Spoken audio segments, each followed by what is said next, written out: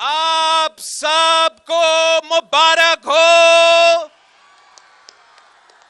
جیالو کی جیت ہو چکی ہے, جمہوریت کی جیت ہو چکی ہے, کراچی کی جیت ہو چکی ہے, سندھ کی جیت ہو چکی ہے, چاروں صوبوں کی جیت ہو چکی ہے, پاکستان کی جیت ہے کہ ہم نے اس سلیکٹڈ کو, اس کٹپٹلی کو, اس ناکام نالائق ترین وزیر اعظم کو گھر بھیج دیے ہیں.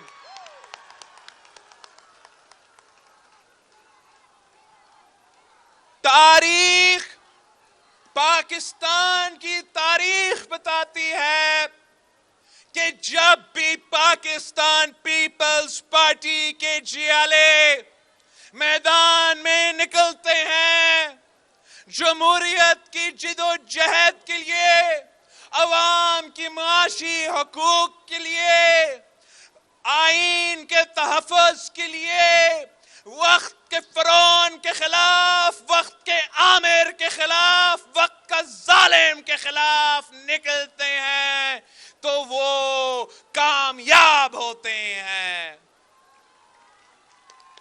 آپ ہی نے آمر ضیاء الحق کا مقابلہ کیا.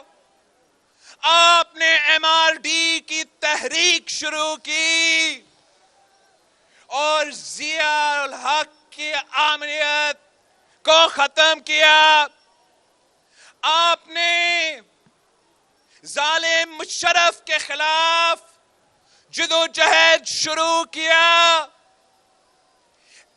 اے آر ڈی بنایا, ساری سیاسی اور جمہوری جماعتوں کے ساتھ مل کے جدوجہد کی اور آمر مشرف کو گھر بھیجا.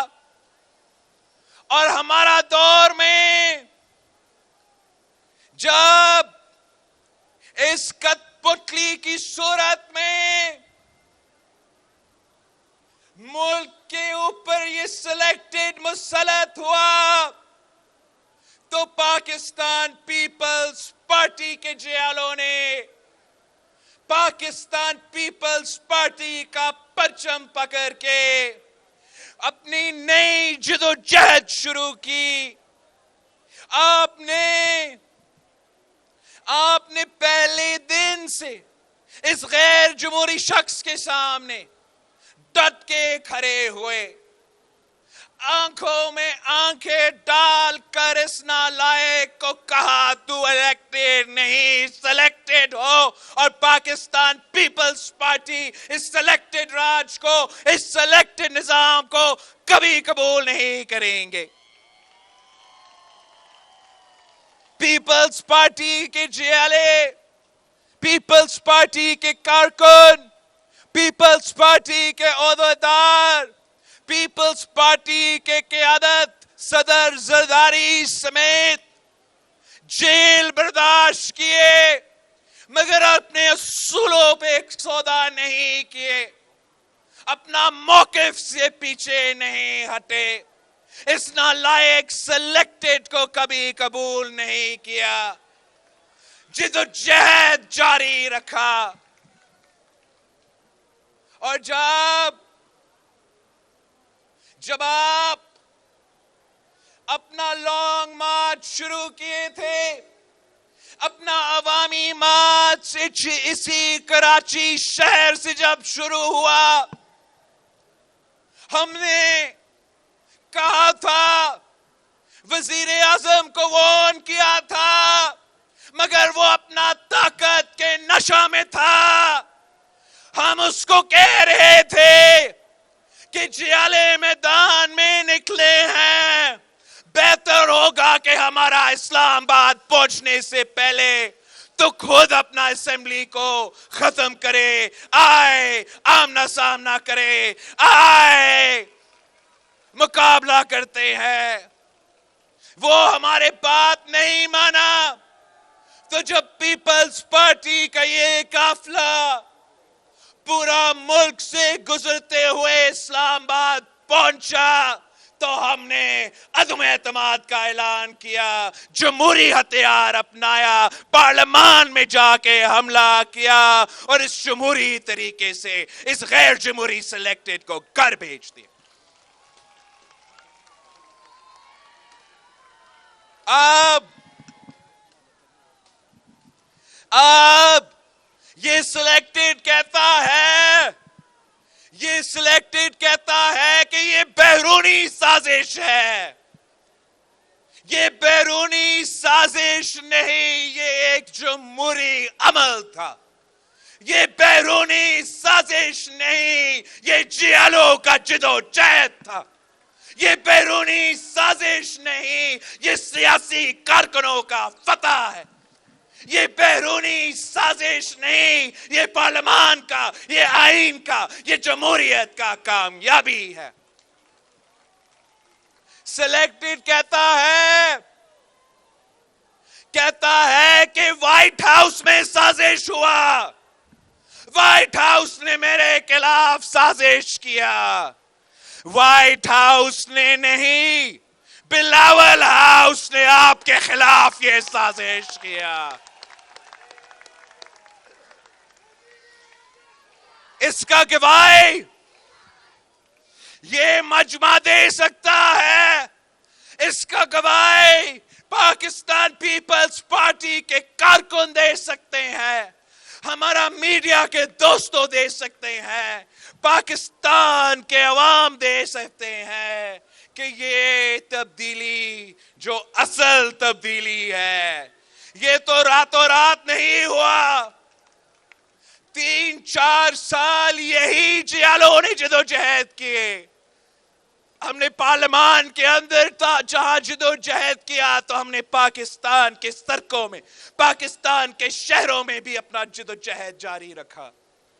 ہم نے اپنی سیاسی مخالفت بھول کے سارے جماعتوں کے ساتھ مل کے پاکستان ڈیموکریٹک موومنٹ قائم کیا اور 20 سپٹمبر 2020 میں جب ہم نے پی ڈی ایم کی بنیاد رکھا تو ہم نے واضح لکھا تھا اپنے جو بنیادی کاغذات تھے، ڈاکیومنٹ تھا، ایکشن پلان تھا کہ ہم لانگ مارچز بھی کریں گے، ہم احتجاج بھی کریں گے، ہم پارلیمان کے باہر اس کو بے نقاب کریں گے، مگر ساتھ ساتھ ہم پارلیمان کے اندر جدوجہد کریں گے اور ہم پارلیمان میں عدم اعتماد کے تھرو اس کو گھر بھیجیں گے.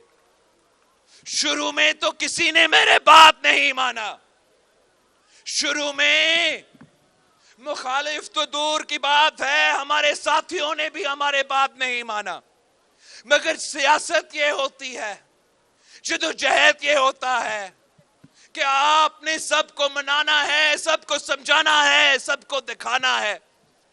قیادت کا ذمہ داری یہ ہوتا ہے، لیڈر کا ذمہ داری یہ ہوتا ہے کہ راستہ دکھانا، اسی راستہ پہ چلنا. تو ہم نے قائل کیا، پہلے عملی طور پہ دکھایا، اپنا ساتھیوں کو سمجھایا کہ پارلیمان سے باہر نہ نکلو، بائی الیکشنز میں مقابلہ کرو. جب ہمارا بات مانا گیا، بائی الیکشنز میں مقابلہ ہوا تو ملک بھر میں سلیکٹڈ حکومت وفاق میں ہونے کے باوجود، 3 صوبوں میں اقتدار میں ہونے کے باوجود سارے کے سارے بائی الیکشنز میں شکست کا سامنا کرنا پڑا. اس لیے ان کا مینڈیٹ ہی جعلی تھا، وہ الیکشنز نہیں سلیکشن سے آئے تھے. تو جب بائی الیکشنز ہوئے وہ ہارے. پھر ہم نے سینٹ الیکشنز میں بھی یہ دکھایا کہ خان صاحب کو نیشنل اسمبلی میں ہروا سکتے ہیں. ہم نے یوسف رضا گیلانی کو پیپلز پارٹی کا امیدوار کو پی ڈی ایم کی امیدوار کو جتوا کے یہ ثابت کر دیا, یہ امید دکھا دیا کہ یہ کٹھ پتلی گر سکتا ہے. پھر ہمیں ایک سال لگا ہمارا ساتھیوں کو اس بات پہ قائل کرنا کہ ہم اس کے خلاف عدم اعتماد لے کر آئے. اور جب آپ 27 فروری کو کراچی سے نکلے اور کراچی کے عوام نے پیغام دے دیا کہ کراچی کے عوام اس سلیکٹڈ کے ساتھ نہیں ہے, کراچی کے عوام عمران پہ اعتماد نہیں کرتا. کراچی کے بعد ہم تھٹا سجاول بدین سے گزرتے ہوئے حیدرآباد سے لے کے سکھر تک, سکھر سے لے کے رحیم یار خان تک, رحیم یار خان سے لے کے ملتان تک, ملتان سے لے کے لاہور تک, لاہور سے ہو کے جی ٹی روڈ پہ گزرتے گزرتے اسلام آباد کی ڈی چوک پہنچے. ملک بھر میں آپ کو بتا رہا ہوں کوئی ایسا شہر نہیں ہے جہاں جیالوں کا مجمع باہر نہیں نکلے تھے. چھوٹے گاؤں ہو, چھوٹے شہر ہو, بڑے کے بڑے شہر ہو, انسانوں کا سمندر تھا. ہر کسی شخص کا ایک ہی مطالبہ تھا, ایک ہی نعرہ تھا کہ گو سلیکٹڈ, گو سلیکٹڈ, گو سلیکٹڈ. جو عوام کا مطالبہ تھا, جو عوام کا مطالبہ تھا, ہم نے وہ جمہوری طریقے سے عدم اعتماد کا ہتھیار اپنا کے عوام کے امیدوں کے مطابق, عوام کے مطالبات کے مطابق, عوام کے کہنے پہ اس شخص کا حکومت کرا دیا. اور اس نالائق کو, اس سلیکٹڈ کو گھر بیچنا کیوں ضروری تھا؟ کیوں ضروری تھا؟ یہ عوام کا نمائندہ کبھی نہیں تھا, یہ آپ کا نمائندہ کبھی نہیں تھا. اس شہر نے اس کو نہیں چنا تھا, اس ملک نے اس کو منتخب نہیں کیا تھا. یہ تو ہم پہ مسلط ہوا تھا, مسلط تو ہوا, حکومت سنبھالا. لیکن جب حکومت سنبھالا تھا تو وہ اپنے سارے وعدے سے مکر گئے. انہی عوام کو اسی خان صاحب نے وعدہ کیا تھا کہ وہ تبدیلی لے کر آئے گا, 1 کروڑ نوکری دلوائے گا, 50 لاکھ گھر بنا دے گا, 90 دن کے اندر ہی اندر, 90 دن کے اندر ہی اندر دہشت گردی اور کرپشن کا خاتمہ کا بندوبست کرے گا, جمہوریت پہ, جمہوری نظام پہ, پارلیمان میں اپنا کردار ادا کرے گا. ہر ٹیوزڈے آ کے اس سلیکٹڈ نے ہمارا اپوزیشن کا سوال کا جواب دینا تھا. ہوا کیا؟ حکومت میں آ کے روزگار دینے کے بجائے ان عوام سے اس شخص نے روزگار چھینا.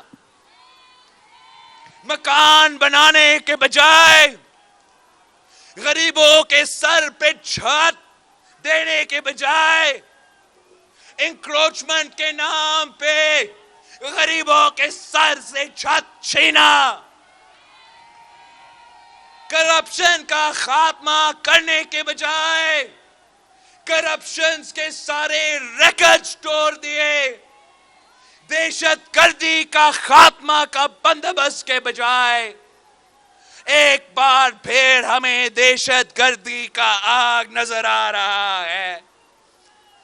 اس کرسی پہ بیٹھ کے آئین کا تحفظ کرنے کے بجائے، جمہوریت کا تحفظ کرنے کے بجائے وہ ہمارا آئین پہ حملہ کرتا رہا، ہمارا جمہوریت پہ حملہ کرتا رہا۔ ہم نے کہا تھا آئین امانت ہے بھٹو کا، ہم 1973 کی آئین پہ آنچ نہیں آنے دیں گے، 18ویں ترمیم پہ آنچ نہیں آنے دیں گے۔ ہم نے وارنٹ کیا تھا، اس شخص کو کہا تھا کہ آئین پہ حملہ کریں گے، 18ویں ترمیم پہ حملہ کریں گے تو ہم ایک لات مار کے آپ کا حکومت کرا دیں گے۔ تو جب حملہ کرتا رہا 18ویں ترمیم پہ، اس ملک کے آئین پہ، صوبوں کے حقوق پہ، عوام کا جیب پہ، عوام کا پیٹ پہ ڈاکہ مارتا رہا، تو ہم یہ کیسے برداشت کر سکتے تھے؟ ہم کیسے خاموش بیٹھ سکتے تھے؟ ہم شہید بھٹو کے سپاہی ہیں، شہید بی بی کے بیٹا ہوں۔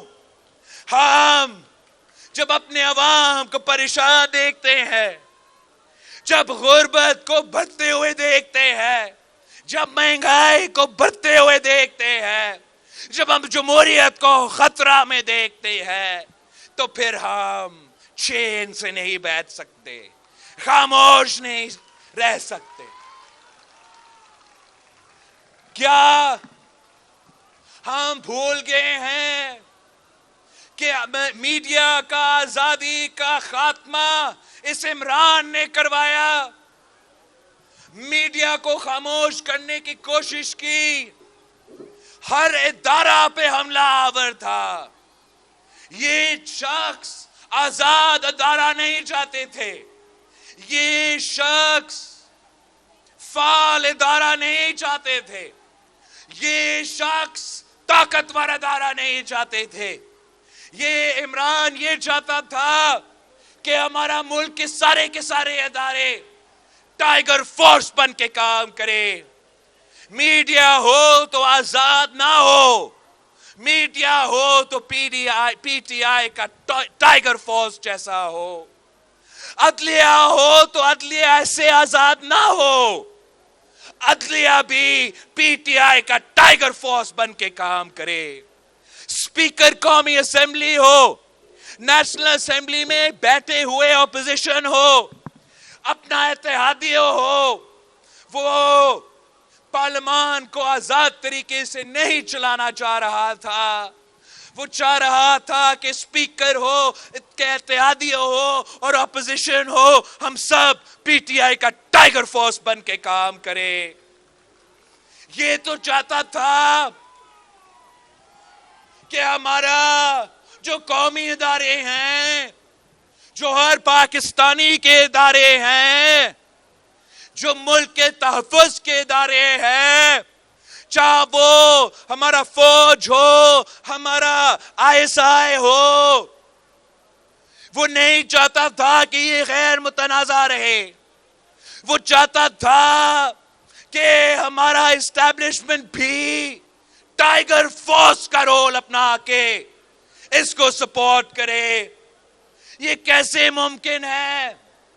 یہ ملک کسی ایک سلیکٹڈ، کسی ایک جعلی سلیکٹڈ کا غلامی کبھی نہیں مان سکتا۔ یہ ایک آزاد خود مختار قوم ہے۔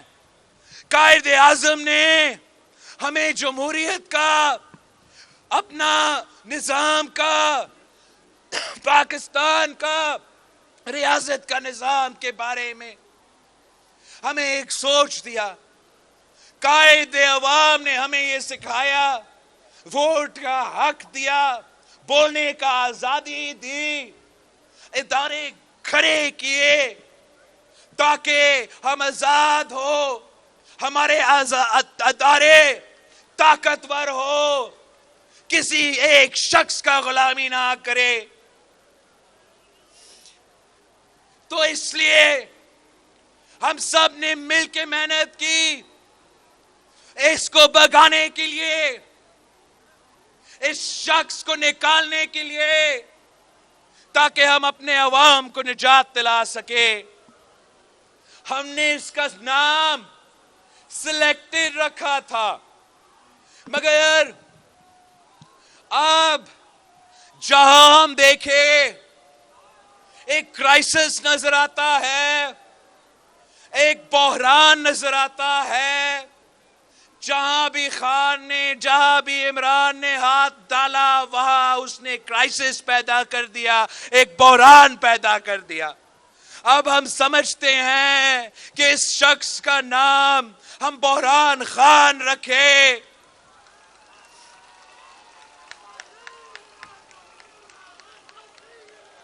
جمہوری بحران، آئینی بحران، معاشی بحران، خارجہ سطح پہ، فورن انٹرنیشنل سطح پہ بحران، معاشی بحران، پانی کا بحران، بجلی کا بحران، یہ تو سارے کے سارے جو مسائل ہیں 4 سال کے اندر ہی اندر تبدیلی کے نام پہ یہ تباہی ہوا ہے۔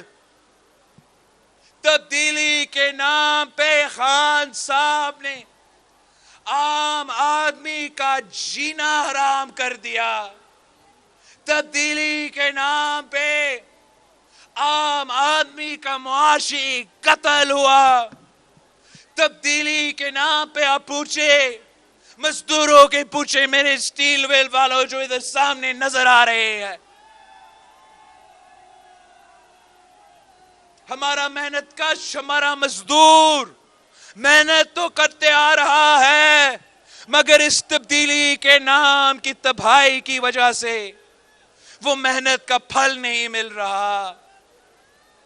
جن کے پاس روزگار موجود تھا ان سے بھی روزگار چھینا، کم از کم تنخواہ میں اضافہ نہیں کرتا تھا، سٹیل مل جیسے ادارے کو بند کر کے راتوں رات 10,000 خاندان کو بے روزگار کرا دیا۔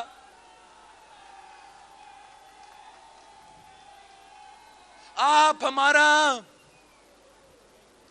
ہمارا جو کسان ہے، ہمارا جو ہاری ہے، ان سے پوچھے تو وہ آپ کو بتائیں گے کہ کس طریقے سے اس عمران نے تبدیلی کے نام پہ ہمارا زراعت پہ تباہی کیا ہے۔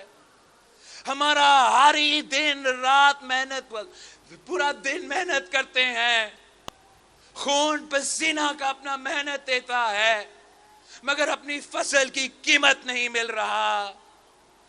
ہمارا زراعت میں اگر بحران ہے تو اس عمران خان بھی اس کا ذمہ دار ہے۔ ہمارا نوجوان جو 2 ڈگریاں ہاتھ میں لے کر پھر رہے ہیں، روزگار کے تلاش میں ہیں، دھکے کھا رہے ہیں، ان کو امید تھا اس شخص سے کہ یہ وہ کپتان تھا جو کرکٹ کے میدان میں نوجوانوں نے سمجھا کہ کرکٹ میں کامیابی حاصل کی تو شاید ان کے مسائل بھی حل کر سکیں گے، روزگار دلوا سکیں گے، تب تعلیم دلوا سکے گا، مگر ان کو بھی مایوس کر دیا، نوجوانوں کو بھی روزگار نہیں دے سکا۔ اور اپنا دور حکومت میں پاکستان کو جو تاریخی نقصان اس شخص نے 4 سال میں کر دیا ہے، اب ہم نے حکومت میں کیا وہ آپ سب جانتے ہیں۔ آپ نے وہ بوجھ اٹھایا ہے، آپ نے وہ تکلیف دیکھا ہے، اس کی نالائکی کی وجہ سے، اس کا ناکامی کی وجہ سے، اس کا نااہلی کی وجہ سے، مگر جاتے جاتے بھی، بھاگتے بھی اس نے مزید نقصان کیا ہے۔ ایک تو اس بزدل میں وہ ہمت نہیں تھا، وہ حوصلہ نہیں تھا کہ ہمیں پارلیمان میں آمنے سامنے آ کے ہمارے عدم اعتماد میں بھی ہمارا مقابلہ کرے۔ وہ تو عدم اعتماد کے وقت میں ہم سے چھپتا تھا، بزدل تو پارلیمان کے اندر آ کے کھڑا بھی نہیں ہوتا تھا. پورا کوشش یہ تھا کہ ووٹ نہ ہو، اس لیے اس نے ووٹ ہارنا تھا. مگر وہ عدم اعتماد سے بچنے کے لیے، اس کو ناکام کرنے کے لیے خان صاحب نے بال ٹیمپرنگ کرنے کی کوشش کی. خان صاحب نے پارلیمان سے اس عدم اعتماد سے بھاگتے بھاگتے ہمارا آئین پہ حملہ کیا. آئین کے مطابق ایک ہی جمہوری طریقے ہے اور وزیر اعظم کو ہٹانے کے لیے، اور وہ عدم اعتماد کا طریقہ ہے. ہم اس لیے کہ ہم جمہوری جماعت ہے تو ہم غیر آئینی طریقے میں یقین نہیں رکھتے، غیر جمہوری طریقے میں یقین نہیں رکھتے.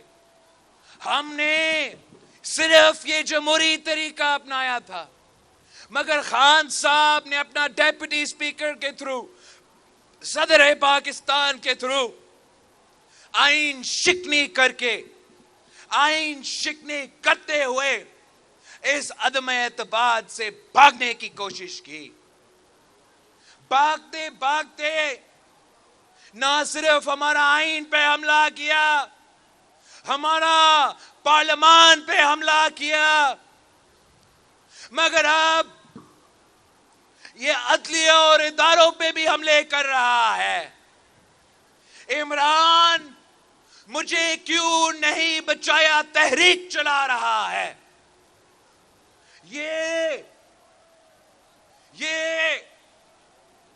تحریک چلا رہا ہے کہ ادارے آئینی اور قانونی دائرے کے رہنے کے بجائے وہ جمہوری نظام پہ مداخلت کرے. یہ وہ پہلے وزیر اعظم ہیں جو تحریک چلا رہے ہیں کہ غیر جمہوری قدم اٹھایا جائے اور مجھے بچائے. یہ کس قسم کا وزیر اعظم ہے؟ کچھ جمہوریت کے نام پہ وزیر اعظم بنتا، اور اگر وہ وزیر اعظم نہیں رہتا تو جمہوریت کا جنازہ نکالتا. یہ کس قسم کا وزیر اعظم ہے کہ اپنے دور الحکومت میں معیشت کو تاریخی نقصان پہنچایا، مگر اپنا کرسی بچانے کے لیے یا ہمارا عدم اعتماد سے بھاگتے بھاگتے ہمارا معیشت کو جلا کے رکھا ہے، خزانے خالی چھوڑا ہے، انفنڈڈ اور اللیگل معاشی اقدامات اٹھائے ہیں تاکہ عوام کو، ملک کو اتنا مشکل ہو، اتنا مسائل ہو، اتنا تکلیف ہو، مزید معاشی بحران پیدا ہو اور عمران کو یاد کیا جائے.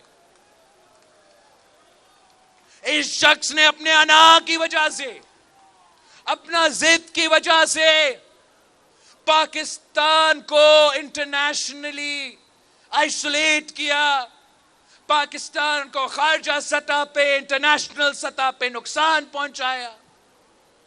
یہ کس قسم کا وزیر اعظم ہے جو اپنا کرسی کو بچانے کے لیے ملک کو جمہوری اور آئینی طور پہ نقصان پہنچانے کے لیے تیار ہو، ملک کو معاشی طور پہ نقصان پہنچانے کے لیے تیار ہو، ملک کو خارجہ سطح کے نقصان پہنچانے کے تیار ہو، صرف اور صرف اپنے آپ کو وزیر اعظم دیکھنے کے لیے. یہ وہ وزیر اعظم ہے جس نے ہمارا معیشت کو اس حد تک تباہ کیا ہے، اس حد تک تباہ کیا ہے کہ بہت محنت کی ضرورت ہے ہمارا معیشت کو کھڑا کرنے کے لیے.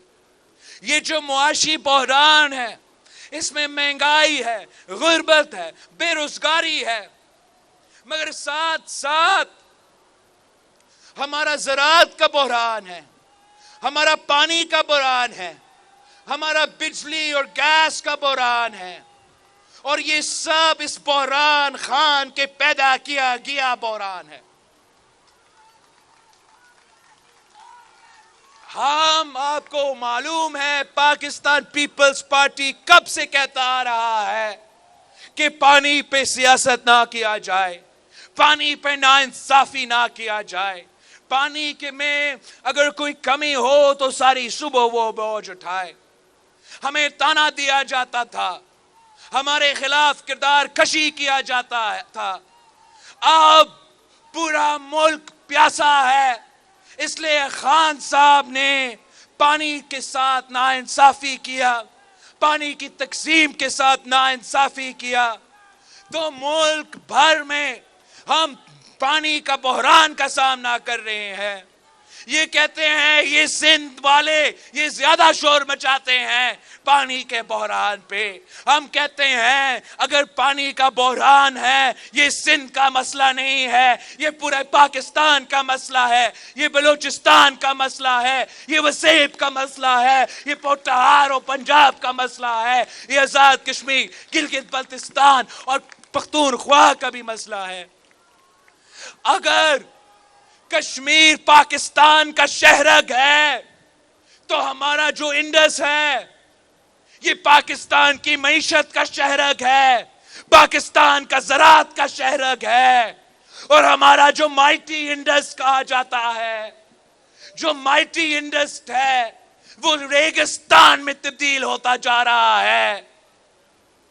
اگر ہم پہلے سے کہتے آ رہے ہیں, پہلے سے کہتے آ رہے ہیں کہ 1990 کا واٹر ایکارڈ, یہ واٹر ایکارڈ میں مسائل تھے, اس واٹر ایکارڈ متنازع تھا, مگر اس متنازع واٹر ایکارڈ پہ بھی عمل نہیں ہو رہا ہے, تو یہ نقصان صرف ایک صوبہ کا نہیں ہوگا, یہ نقصان پورا کا پورا وفاق کا ہوگا. آج نظر آ رہا ہے کہ ڈیرہ بگٹی ہو, بلوچستان ہو, تو وہاں پانی کا اتنا بحران ہے کہ وہاں کے عوام گندا پانی پی کے بیمار ہو رہے ہیں. چولستان کی تصویریں آپ نے دیکھے ہوں گے, جنوبی پنجاب کے چولستان کی تصویریں دیکھے ہوں گے, جہاں عوام پیاسا ہے تو جانور بھی پیاسا